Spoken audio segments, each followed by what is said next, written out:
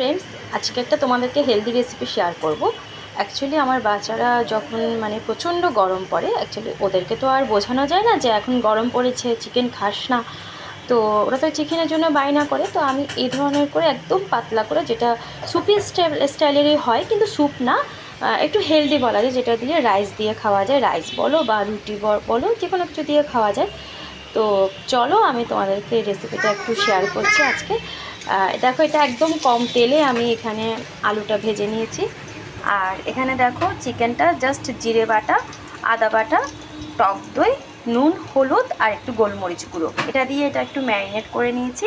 পেঁয়াজটা একটু বড় বড় করে কেটে নিয়েছি। আর এখানে ক্যাপসিকাম আর টমেটো কেটে নিয়েছি। আর একটা জিনিস দিয়েছি, যেটা হচ্ছে থোর। আমার বাচ্চারা খায় না, তো এটা এখানে দিলে ওরা বুঝতে পারবে না। এখান থেকে যে জুসটা বেরোবে এটা তো শরীরের জন্য উপকারী, তাই আমি এই ধরনের করে চিকেন রান্না করে যা যা পারি সবজি দিয়ে দিই।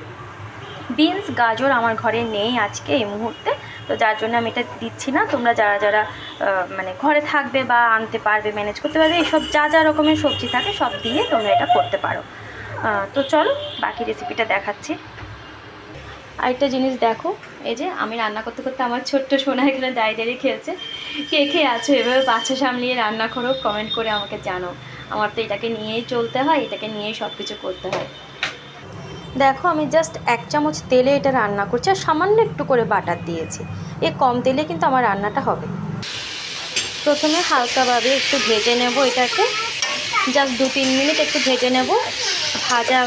অল্প একটু ভাজা হয়ে গেলে তারপরে আমি পেঁয়াজটা দিয়ে দেবো। একে একে পেঁয়াজ, ক্যাপসিকাম একটা একটা করে অ্যাড করতে থাকবো। এটা বেশিক্ষণ টাইম লাগে না, খুব অল্প সময়ে হয়ে যায়।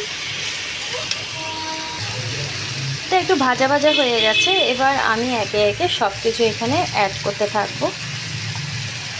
একটা একটা দিয়ে অল্প অল্প করে ভাজবো। দেখো, আমার মেয়ে কিন্তু খুব চিৎকার করছে, প্লিজ তোমরা কিছু মনে করো না। অ্যাকচুয়ালি ছোটো তো, ও তো বুঝতে পারে না, আর আমাকে ওকে নিয়েই চলতে হয়, তো যার জন্যে না ব্যাকগ্রাউন্ডে ওর সাউন্ডটা চলে আসে, তো সবসময় আমার সাথেই থাকে। পুরো মিক্স করা হয়ে গেছে, এবার আমি এটা ঢেকে দেবো। চিকেন থেকে যে জলটা বেরোবে ওটা দিয়েই আমি কষানোটা কমপ্লিট করব, তারপরে অল্প করে জল দিয়ে দেবো। আরেকজন দেখো বলছে আমাকে দেখাও, আমাকে দেখাও দুষ্টু।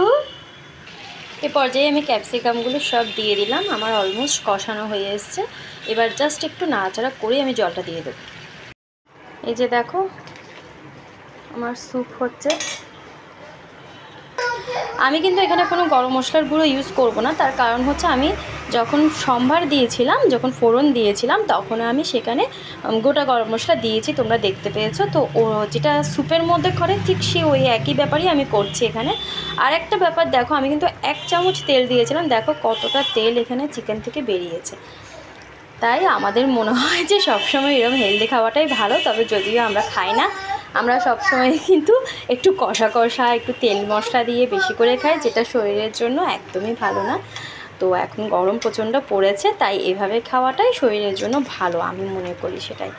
তো চলো, আমার এটা একটু হলেই আমি নামিয়ে দেবো। অ্যাকচুয়ালি আমার ফার্স্ট পার্টটাতে না ক্যামেরাটা কাট আউট হয়ে গেছে, তো লাস্টেরটা আমি আর একসাথে শেয়ার করতে পারলাম না, দুটো পার্টে আমি আলাদা আলাদা করে করছি।